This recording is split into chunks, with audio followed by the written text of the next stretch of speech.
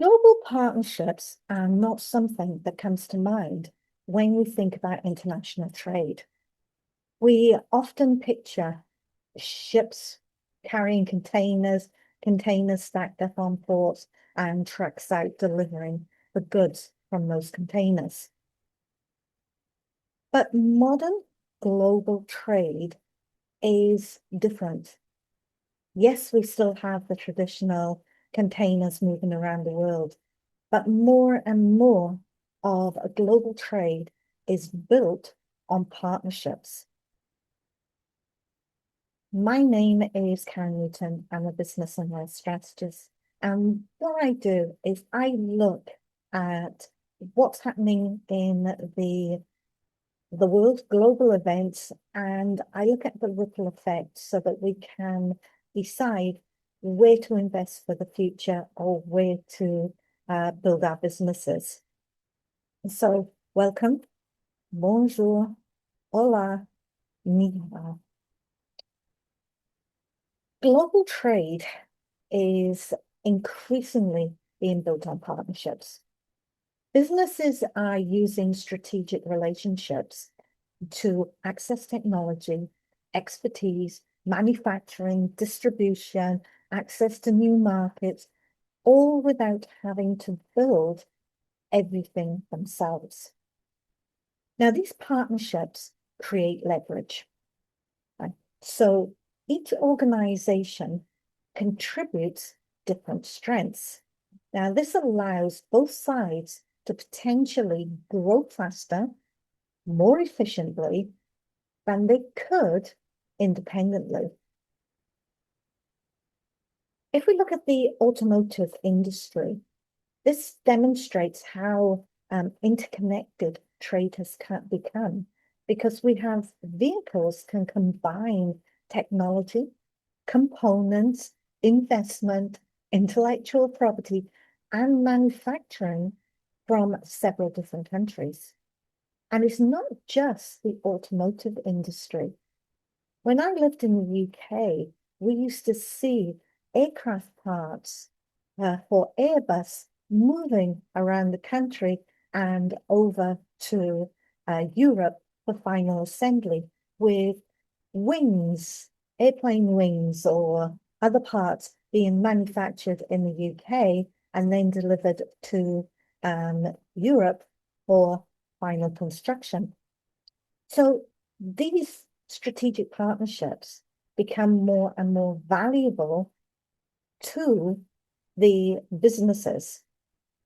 And we expect better products as a result of this. Now, Chinese, I'm going to go back to the automotive industry, but Chinese and European automotive partnerships are actually blurring traditional trade boundaries. For example, a vehicle using Chinese technology can be manufactured in a European factory. Now, those parts, that technology, where does it originate from? If we're looking at a country of origin, is it European or is it Chinese? And this makes trade and point of origin very difficult to establish. Now, partnerships also create dependency. Now, reliance on a particular supplier, a technology provider, or a strategic partner can become a vulnerability and it can become a risk when circumstances change. So we've seen over the past 12 months, 18 months, the crypto.com and Trump media relationship provide an example of this. Partnerships can make strategic sense when they're put together, but when they don't have mutual benefit to each country, they can go their separate ways. And that has an impact on markets. It has a ripple effect.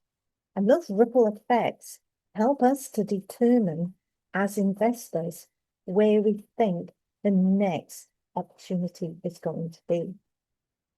So when we understand who a company relies upon and what happens when an important relationship is changed, this can reveal risks or opportunities, and often both.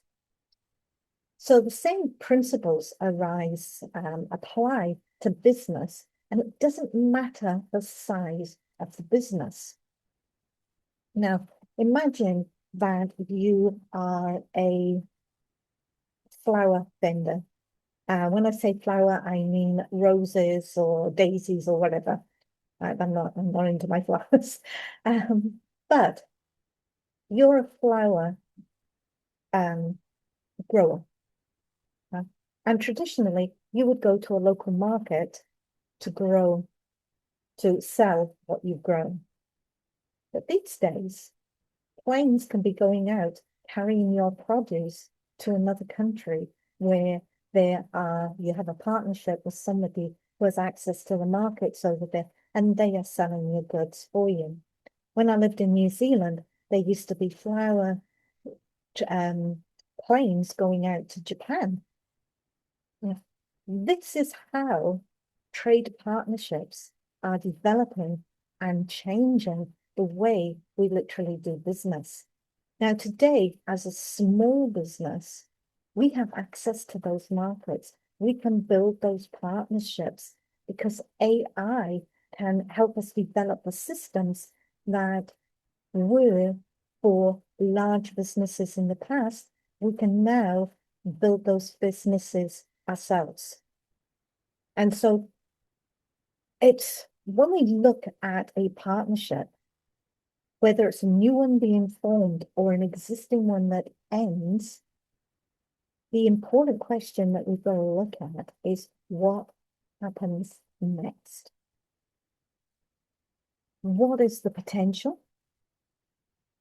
What is the risk?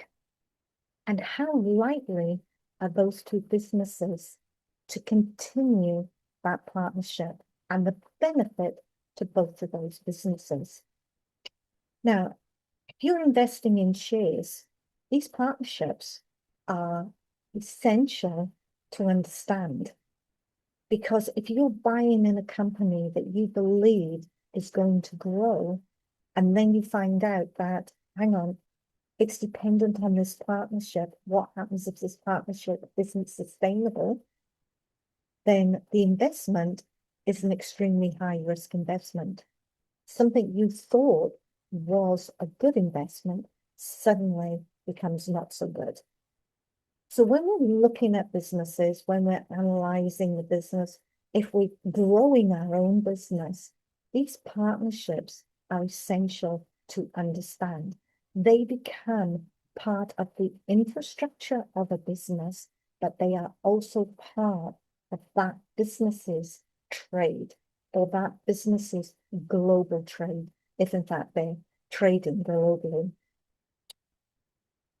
Now, these businesses, if you want to enter an international market, you could use partnerships. Well, let's start at the beginning. Right? In the past, if you wanted to expand your business internationally, it meant you had to find somewhere for your offices or your factory. You had to recruit employees. You had to develop local technology. You had to create distribution networks. You'd have to obtain licenses, and you'd spend years developing customer recognition.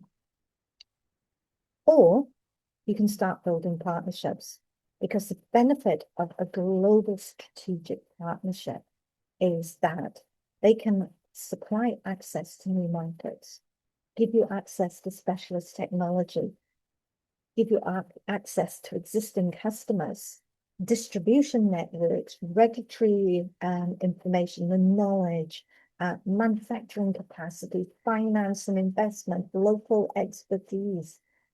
Both these parties bring something into that relationship. I remember coaching a group And that group, and there was one person in there who was talking about expanding their business into the next village.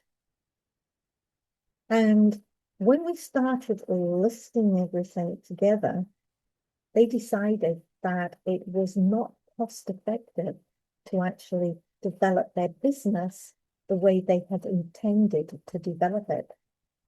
Because even to go, and in this instance, we were only talking about 15 miles down the road to another town, the cost involved in that, the infrastructure they needed to set up, the markets they had to develop, it was huge. And that put them off. Now, if they'd had the opportunity with what they were doing to build a partnership, then that would have made the business venture more viable.